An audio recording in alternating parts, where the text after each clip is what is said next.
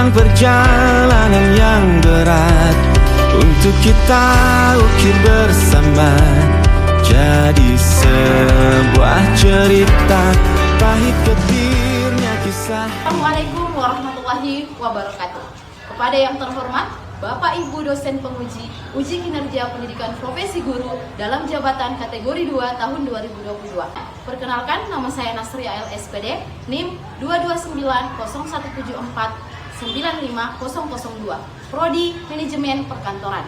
Saya adalah salah satu guru di SMK Negeri 1 Pangkep, Kecamatan Bungoro, Kabupaten Pangkajene, Kepulauan, Provinsi Sulawesi Selatan, sekaligus sebagai salah satu mahasiswa pendidikan profesi guru dalam jabatan kategori 2 tahun 2022 di LPTK Universitas Negeri Makassar.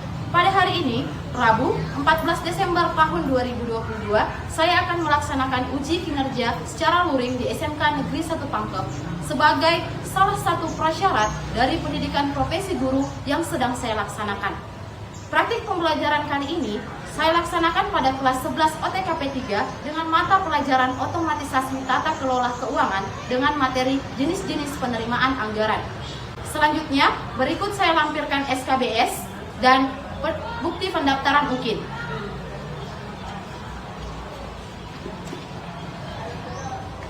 Mohon saran dan masukan Bapak Ibu semua untuk perbaikan pelajaran berikutnya.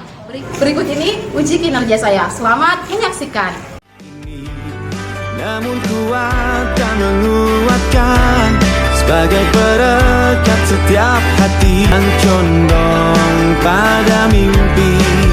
Memang tak banyak orang yang mengerti tentang ini, tapi ikatan batin kan menggema sepanjang waktu.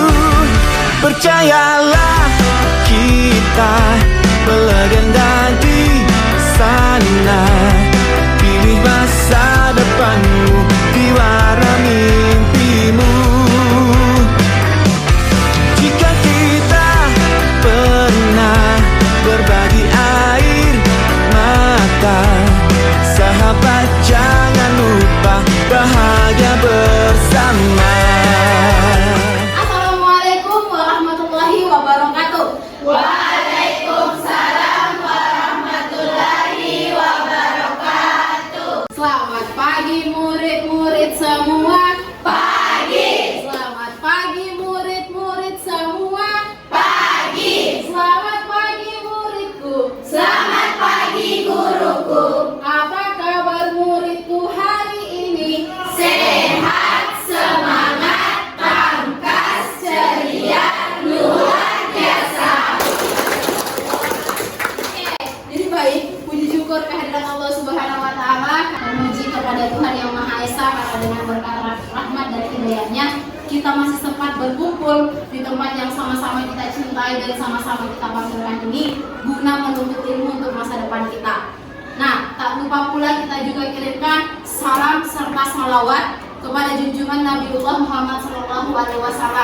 Allahumma salli ala sayyidina Muhammad wa ala ali sayyidina Muhammad. Yang telah membawa kita dari alam yang sebelumnya gelap gulita sampai ke alam yang terang benderang seperti sekarang yang kita jalani. Ketua kelas yang ada di kelas 11 MPLB 3 untuk membantu ibu menyiapkan teman-temannya. Lalu kemudian kita berdoa karena kita tahu sama-sama bahwasanya kegiatan itu harusnya didahului dengan berdoa. Dengan harapan kita bisa terhindar dari gangguan-gangguan setan. Apa yang kita pelajari itu bisa masuk di kepala kita dengan mudah dan bermanfaat untuk kita ke depannya. Nah, oleh karena itu saya meminta bantuan kepada ketua kelas untuk membantu ibu menyiapkan kelasnya. Silakan ketua kelas. Perhatian, Siap. seluruhnya duduk siap. Beri salam kepada Ibu Guru. Assalamualaikum warahmatullahi wabarakatuh. Waalaikumsalam warahmatullahi wabarakatuh. Sebelum kita memulai pembelajaran, marilah kita bersama-sama membaca doa. Doa dimulai. Bismillahirrahmanirrahim. Rabbi zidni ilma warzuqni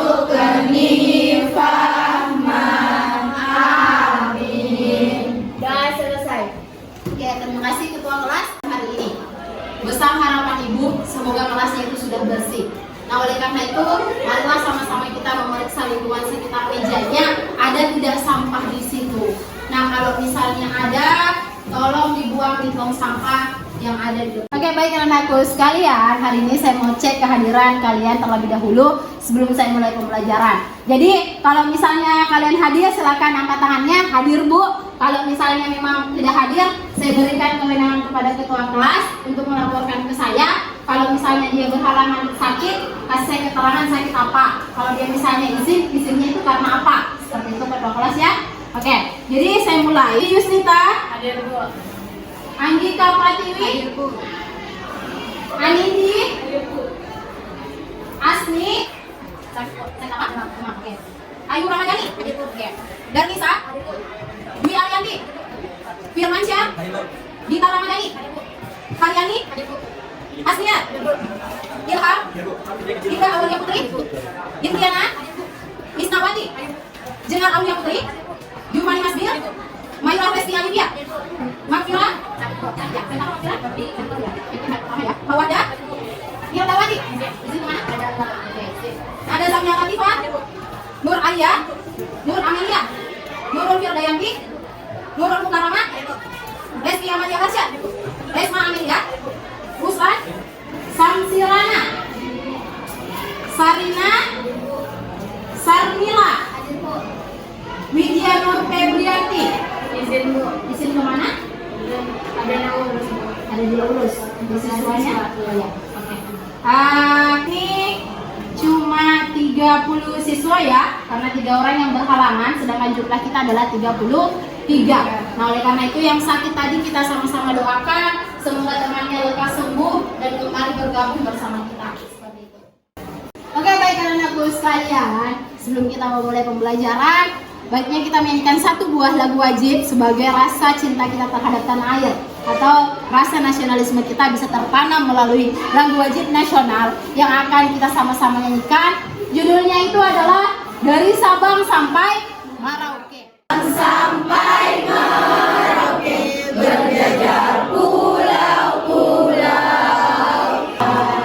Indonesia tanah airku, aku berjanji padamu menjunjung tanah airku Indonesia.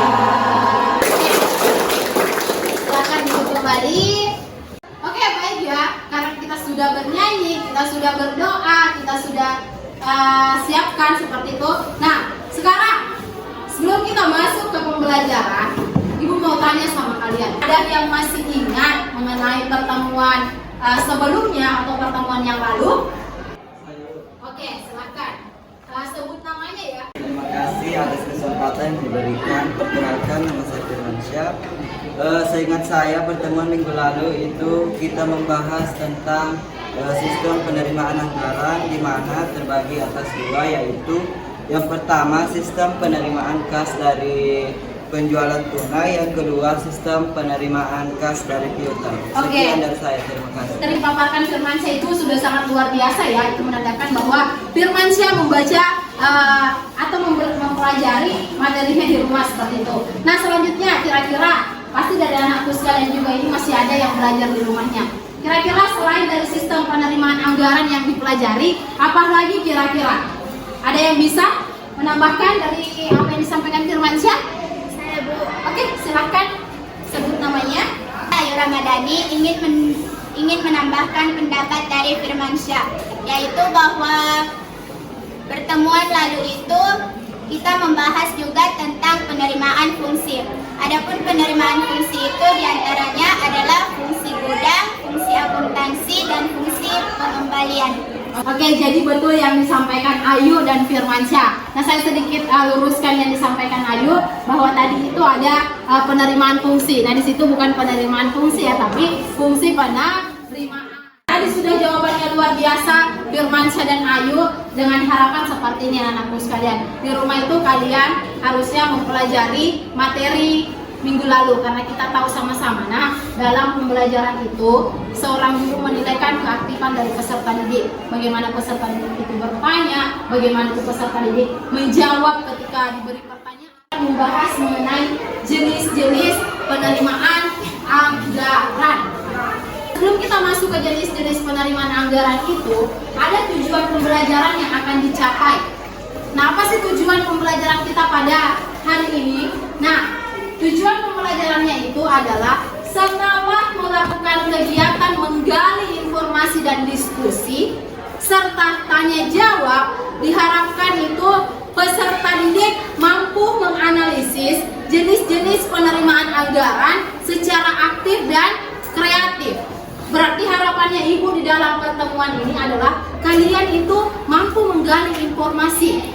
Artinya informasi apa? Jadi ketika saya menyajikan sebuah masalah nantinya, kalian akan menggali informasi itu baik melalui internet maupun buku untuk mencari jawaban dari apa yang sudah saya berikan. Itu harapan saya di pembelajaran hari ini mengenai jenis-jenis penerimaan anggaran. Nah, apa sih materi yang akan dipelajari? Nah, perhatikan. Materi pertama yang akan dipelajari pada materi jenis-jenis penerimaan anggaran itu adalah yang pertama, anggaran pendapatan belanja negara. Yang kedua, anggaran pendapatan belanja daerah. Yang ketiga, penerimaan anggaran perusahaan. Jadi ada 3 poin. Negara, daerah, perusahaan. Negara, daerah, dan perusahaan. Oke. Nah, apa sudah siap untuk dimulai? Ya. Nah, oleh karena itu, sebelum kita mulai pembelajarannya, saya mau tes dulu konsentrasi kalian dengan tepuk konsentrasi. Jadi begini, perhatikan instruksi saya. Kalau saya bilangnya pagi, berarti tepuknya 1 kali. Kalau saya bilangnya siang, tepuknya 2 kali. Nah, begini. Kalau saya bilang malam, tepuknya setengah. Kenapa? Karena malam itu semua orang tidur. Nah, ada yang berbunyi ketika malam, berarti itu belum terkonsentrasi. Belum bisa kita mulai pembelajarannya. Sudah siap? Siap. Oke, kalau sudah siap, kita mulai. Pagi, siang, malam. Nah, masih ada yang bunyi. Siang, malam.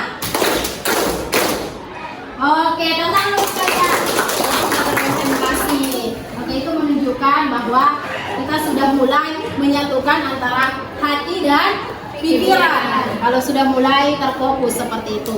Nah, selanjutnya ada anggaran pendapatan belanja negara atau biasa yang kita sebut sebagai APBN.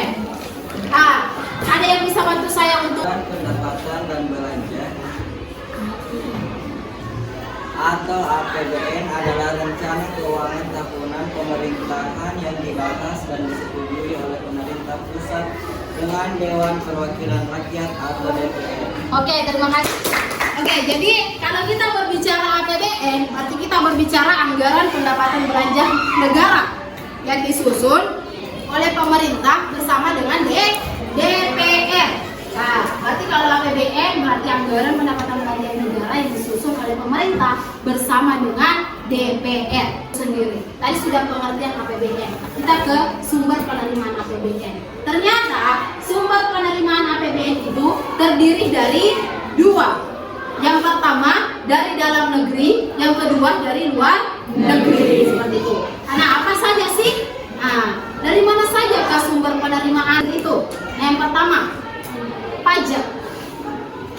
Kira-kira kalau saya tanya sama kalian, orang tua kalian bayar pajak tidak? Bayar. Siapa yang? Oke, jadi betul ya. Jadi ada beberapa pajak yang wajib atau yang memaksa. Nah, seperti tadi pajak kendaraan bermotor, mobil, harta, gaji, itu kan semua dipajak. Rumah seperti itu. Oke, nah yang kedua adalah tentang retribusi. Nah, kalau kita berbicara retribusi, saya mau tanya sama kalian. Kalian pernah dapat tidak yang namanya sebuah karcis? Pernah. Di mana kalian biasa mendapatkan sebuah karcis itu? Parkir motor, apa lagi? Kalau masuk ke Tempat wisata. Tempat wisata, apa lagi? Karcis bioskop. Karcis bioskop, apa lagi?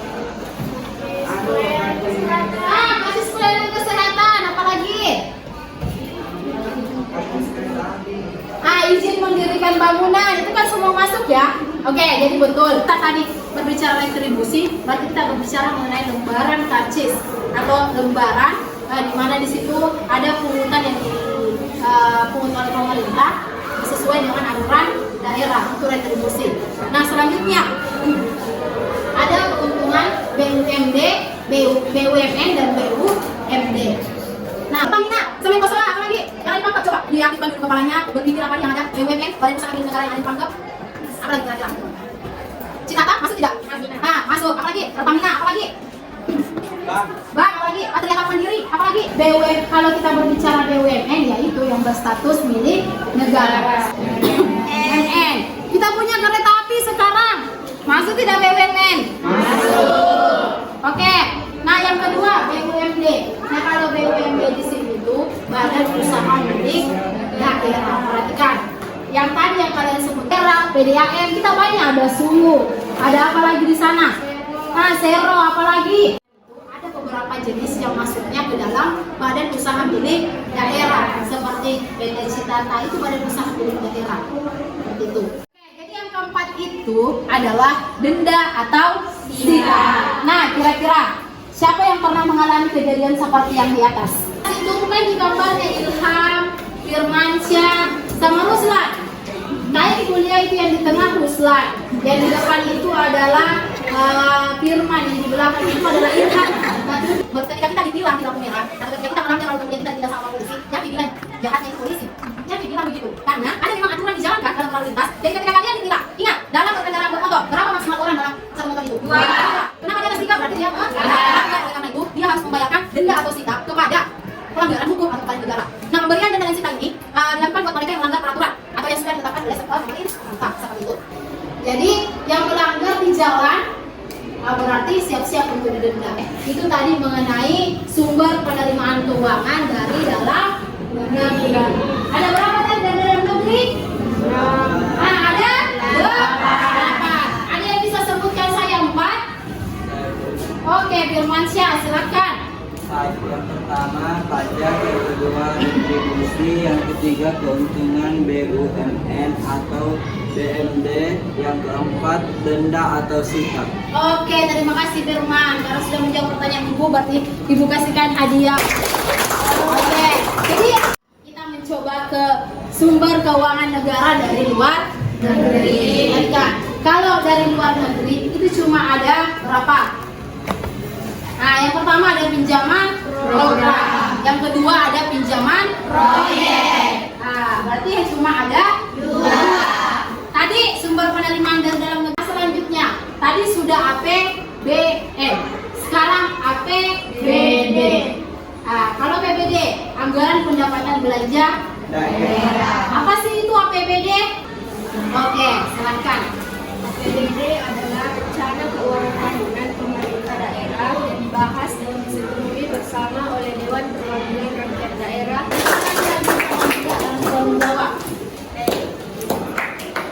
Oke, baik anak-anakku sekalian, karena ternyata kita sudah sampai di akhir dari materi hari ini. Berarti penjelasan Ibu berkaitan dengan jenis-jenis penerimaan anggaran sudah sampai di situ materinya. Nah, begini, ada pertanyaan sampai di sini? Oke, silakan. Sebelumnya terima kasih atas kesempatan yang telah diberikan. Saya Amika Pratiwi ingin bertanya mengenai retribusi yang tadi sudah dijelaskan. Menurut Ibu retribusi itu kan pungutan. Jadi pertanyaan saya, mengapa pajak retribusi di suatu daerah itu penting bagi pembangunan suatu daerah? Oke, terima kasih untuk Agika. Jadi silakan duduk kembali. Nah, jadi Agika bertanya mengenai retribusi. Tadi kan Ibu jelaskan tentang retribusi itu sendiri. Ibu katakan bahwasanya retribusi itu adalah pungutan. Nah, kira-kira pajak, mengapa pajak dan retribusi itu penting untuk pembangunan suatu daerah? Itu pertanyaan dari Andika. Kira-kira dari anak-anakku sekalian, ada yang bisa bantu jawab dari pertanyaan Andika? Oke, silahkan. Sebut namanya ya. Kesempatan yang telah diberikan, perkenalkan nama saya Mawakda.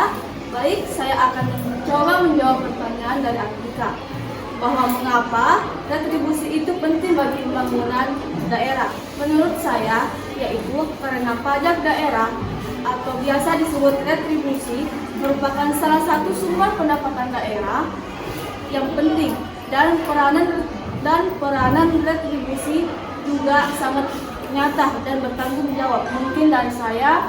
Terima kasih. Assalamualaikum warahmatullahi wabarakatuh. Oke, waalaikumsalam warahmatullahi wabarakatuh. Terima kasih Mawakda. Jadi pertanyaan kita tadi kan tentang mengapa retribusi atau pajak itu penting bagi suatu daerah. Nah, jawaban yang disampaikan oleh Mawakda tadi itu juga sangat luar biasa.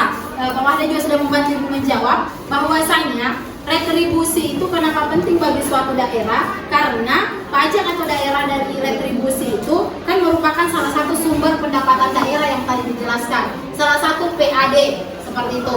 Nah, salah satu PAD inilah sehingga retribusi itu memiliki tanggung jawab untuk melaksanakan pembangunan suatu daerah seperti itu. Nah, bertanya sampai di sini? Ya, Bu. Oke, silakan. Baik, terima kasih. Perkenalkan, nama saya Andi Yusmita. Saya tertarik mengenai penjelasan Ibu tadi tentang percetakan uang. Nah, percetakan uang merupakan salah satu jenis penerimaan negara. Pertanyaan saya, siapakah yang mencetak uang di negara Indonesia? Apakah ada lembaga khusus yang mencetak uang tersebut? Oke, terima kasih. Pertanyaan juga sangat luar biasa ya. Jadi, Andi Yusmita bertanya, adakah, kan tadi dibahas mengenai percetakan uang. Nah, dalam percetakan uang itu kira-kira adakah orang yang masih mencetak atau lembaga khusus yang menangani tentang percetakan uang tersebut? Nah, itu pertanyaannya. Kira-kira dari anak-anakku selama ini ketika kita mendengar percetakan uang, ada tidak yang mengetahui ada lembaga apa kira-kira yang membuat atau mencetak uang ini? Saya bisa bantu jawab, Bu. Pertama-tama, terima kasih atas kesempatan yang telah diberikan kepada saya. Perkenalkan, nama saya Nur Amelia. Saya akan menjawab pertanyaan dari Andi Yusmita. Jadi menurut apa yang sudah saya baca berkaitan dengan pertanyaan Andi Yusmita, bahwa siapa yang mencetak uang. Nah, di Indonesia ada Perumpeuri atau biasa disebut Perusahaan Umum Percetakan Uang Republik Indonesia yang merupakan BUMN yang bertugas untuk mencetak uang rupiah. Nah, perusahaan inilah yang memiliki wewenang dalam mencetak uang. Terima kasih. Itu Oke, khusus yang menangani yang namanya adalah Perumpeuri. Nah, namanya percetakan itu adalah Perumpeuri. Nah, Perumpeuri ini adalah perusahaan umum milik negara yang milik Republik Indonesia. Dia merupakan salah satu badan usaha milik negara. Nah, seperti itu. Kita? Baik, terima kasih Saudara Ahmad atas jawabannya. Oke. Oke. Kalau sudah paham, nah bagi kalian menjadi 4 kelompok. Mau membagi kalian menjadi 4 kelompok, di mana kelompok di sini itu adalah kelompok A, kelompok depannya ibu adalah B, sini C, dan di sana D. Kan? Sekalian, ibu punya scan kode atau QR kode. Di sini itu di HP-nya kalian bisa menggunakan aplikasi barcode kode. Silakan dibuka, lalu kemudian di scan barcode-nya. Ketika sudah muncul link, klik link tersebut. Link itu akan mengaturkan sumber keuangan dari dalam negeri. Apa saja sumber keuangan dari dalam negeri?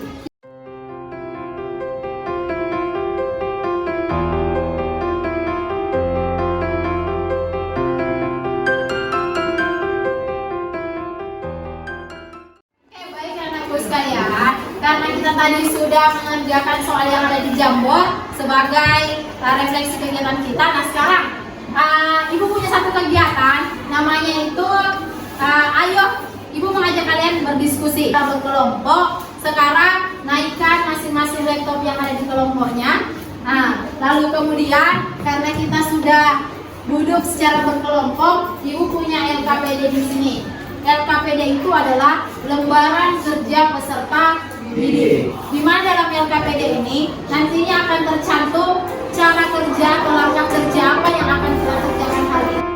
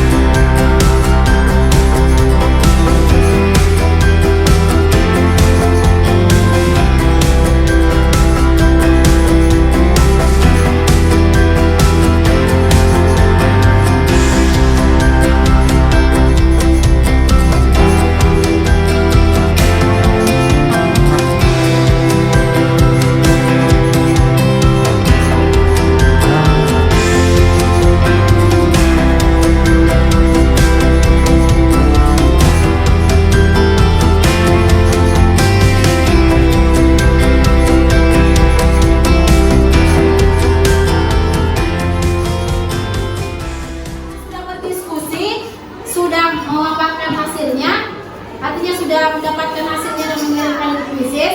Nah sekarang, kan, Ibu mau mengundang perwakilan dari setiap kelompok untuk naik. Assalamualaikum warahmatullahi wabarakatuh. Waalaikumsalam warahmatullahi. Kelompok B akan memaparkan nilai dan juga materi yang kami dapatkan. Mana di mana kelompok paling keren? Kelompok paling keren ada di kelompok B. Mana di mana kelompok paling oke? Kelompok paling oke ada di. Kami akan memaparkan materi tentang penyebab rendahnya pajak di Indonesia. Menurut kelompok kami, penyebab rendahnya pajak di Indonesia dikarenakan karena tingkat kepatuhan masyarakat membayar pajak masih rendah. Tidak hanya itu, sebagian masyarakat yang masih menganggap membayar pajak merupakan bentuk penjajahan dan bukan suatu kewajiban. Penerimaan pajak rendah. Assalamualaikum warahmatullahi wabarakatuh. Waalaikumsalam warahmatullahi wabarakatuh. Perkenalkan kami dari kelompok A. Kamu nanya ini kelompok berapa? Ya udah nih aku kasih tahu ya. Wow. Jadi pada kesempatan kali ini kami ingin memaparkan hasil diskusi kami, yaitu mengapa pajak di Indonesia masih terlihat rendah. Jawabannya yaitu dikarenakan masyarakat Indonesia masih menganggap bahwa pajak itu adalah sebuah penjajahan, bukan kewajiban. Dan juga Kita dari kelompok C. Cantik, ceria, cerdas Ki. Oke. Akan memaparkan tentang materi tentang pajak. Pajak adalah kontribusi wajib kepada negara yang terutang oleh orang pribadi atau badan yang bersifat memaksa berdasarkan undang-undang. Dengan mengapa pajak di Indonesia masih rendah? Nah, jawaban kami karena tingkat kepatuhan masyarakat membayar pajak masih rendah. Tidak hanya itu, sebagian masyarakat yang masih menganggap membayar pajak merupakan bentuk penjajahan dan bentuk suatu kewajiban. Mari bayar pajak. Oke, tepuk dulu untuk Sekian, kelompok. terima kasih. Cek. Aku paling hebat. Pintar-pintar. Orangnya. Terus Kelompokku nomor 1. Kelompok D namanya. oke. Nah, silakan. Dari apa yang ditampilkan kelompok D, kira-kira ada tidak pertanyaan atau tanggapan mengenai pajak? Kira-kira. Baik, terima kasih atas kesempatan yang telah diberikan. Oke, perkenalkan saya perwakilan dari kelompok C. Pertanyaan saya, apa tindakan pemerintah untuk mengajak masyarakat membayar pajak. Dan bagaimana cara kita agar masyarakat patuh untuk membayar pajak tersebut? Baik, saya akan mencoba menjawab pertanyaan dari kelompok C dari saudari Andi Isnesa. Untuk meningkatkan kesadaran masyarakat membayar pajak, yang pertama kita membuat strategi, di mana yaitu kita memperbaiki pelayanan agar wajib pajak mau membayar pajak secara sukarela. Yang kedua, kita meningkatkan jumlah tenaga pemeriksa di Direktorat Jenderal Pajak untuk memperbaiki secara profesional. Terima kasih. Bagaimana kepada saudara Andi Isnesa dari kelompok C? Baik, terima kasih atas jawabannya. Saya terima. Dan jawabannya sangat jelas. Baik, sekian dari komentar kami. Wassalamualaikum warahmatullahi wabarakatuh. Waalaikumsalam warahmatullahi wabarakatuh. Sedikit bahwasanya tadi pertanyaan dari Andi Isnesa yang dilontarkan ke kelompok D juga sudah sangat luar biasa, di mana pertanyaannya Andi Isnesa mengatakan apa sih upaya pemerintah yang pemerintah bisa lakukan untuk mengajak masyarakat Indonesia itu untuk taat dan patuh. Karena kita tahu sama-sama masyarakat Indonesia, kita lihat sekarang, kita berlanjut ke materi pada hari ini. Ibu punya satu buah permainan. Ibu punya satu buah permainan. Sebelum kita masuk ke akhir dari pembelajaran, Ibu punya satu buah permainan. Permainannya ini adalah tangkap jari. Mengadah seperti ini, terus tangan kirinya menuju ke bawah. Kalau saya sebut kata harimau, binatang harimau ya, kalian tangkap jarinya temannya. Itu. Pada suatu harimau mana? Kita selanjut. Langsung tangkap. Di hutan belantara ada di hutan belantara ada hariman.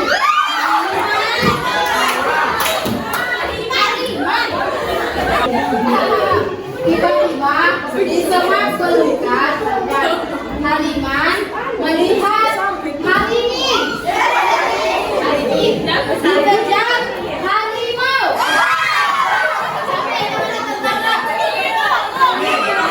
Sampai berhasil menangkap.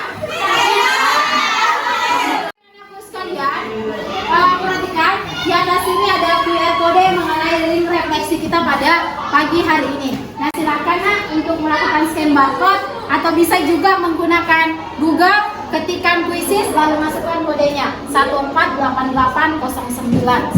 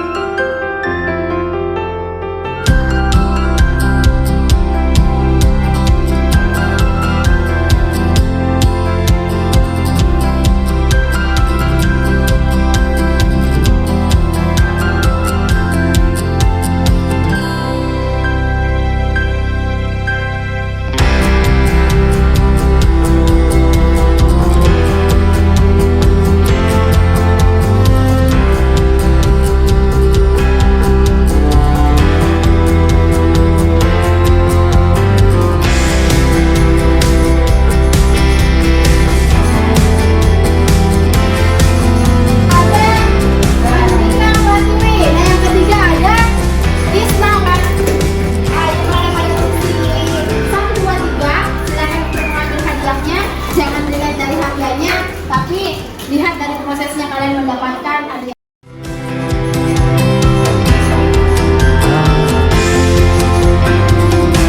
Sebelum saya mengakhiri pertemuan hari ini, saya meminta kepada anak-anakku sekalian, karena tadi kita sudah melakukan kegiatan tanya jawab, diskusi, ceramah, kan sudah dilakukan. Nah, seperti itu. Kira-kira Apa yang telah dipelajari tadi, saya menyimpulkan bahwa jenis-jenis penerimaan negara, daerah, dan perusahaan yang biasa disebut sebagai APBN Anggaran pendapatan belanja negara dan APBD, anggaran pendapatan belanja daerah yang memiliki sumber yang berbeda dan beraneka ragam.